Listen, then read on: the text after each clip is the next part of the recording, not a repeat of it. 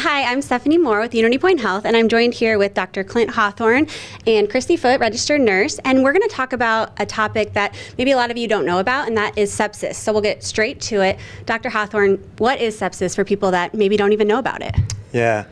So, if you wanted to give a medical definition, sepsis would be a severe, life-threatening, and organ dysfunction due to a dysregulatory host response to infection. And what that means in kind of plain language is a patient gets an infection, their immune response to that infection starts to cause a cascade of events in their organs that can cause their organs to shut down, ultimately leading to death. Thank you for that definition. And we'll go over to you, Christy. Warning signs, maybe things people can pick up on. Sure. We kind of go with the acronym TIME. So T is for temperature, either a high or a low temperature. I is some source of infection if they feel that they have an infection. M is a mental change, any confusion, disorientation that you see in yourself or in a loved one. And then the last one is extremely ill. When you're feeling extremely ill, that's the last kind of, you need to be seen, you need to come in. And you recommend people to just call 911, or what would be the steps they need to take? Be seen, definitely. If they're sick enough, then obviously call 911, but definitely be seen by their provider or by the emergency room or somebody. Yeah. And back to you, Dr. Hawthorne. We kind of talked about infection. What are some examples of how sepsis develops? We've even heard even UTIs can develop into sepsis. Yeah, so UTIs can develop into sepsis, pneumonia, abdominal sources of infection, skin infections, and then bloodstream infections, or we call bacteremia, can all be an underlying cause of sepsis. All of those can progress from an infection that's localized to whatever region it originates from, but then as the infection gets worse, you develop an entire immune response and a whole host of physiologic factors that start to respond to that infection, and that's where you start to develop sepsis. Why is rapid response so important to get on that right away? Because treating the infection before it gets to that blood infection becoming a severe sepsis or septic shock, that's kind of our goal. That's what we want people to see, want to recognize, so that they can take care of the infection before it becomes into something more extreme, and that we have to work with them a lot more and keep them hospitalized longer. So getting on it right away is important. Yeah. Thank you.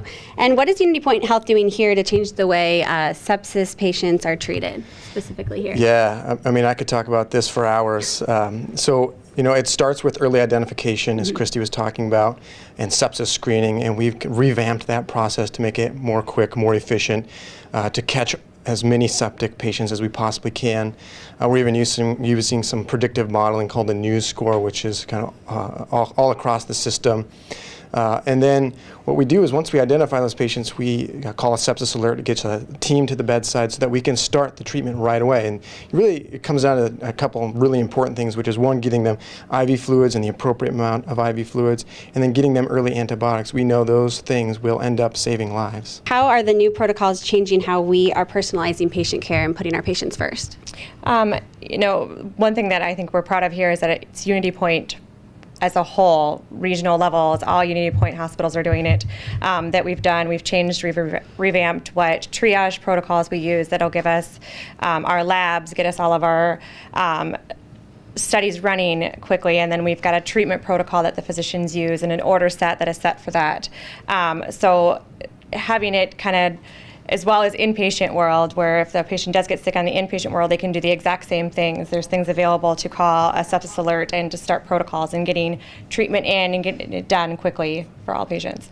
Is that something you're proud that UnityPoint Health is really leading the way on? Yeah, absolutely. And you as well? I know you said you could talk about this all day. Yeah, I mean, there's a whole big team of folks at the corporate level and at each affiliate that are really trying to get this implemented and really get it out to the people who are at the front lines, make sure they have the tools that they need to provide the best care for our patients. And really it comes down to early prevention saves lives when it comes to sepsis. Absolutely. Early prevention, early IV fluids, early antibiotics, and identifying these patients as soon as possible.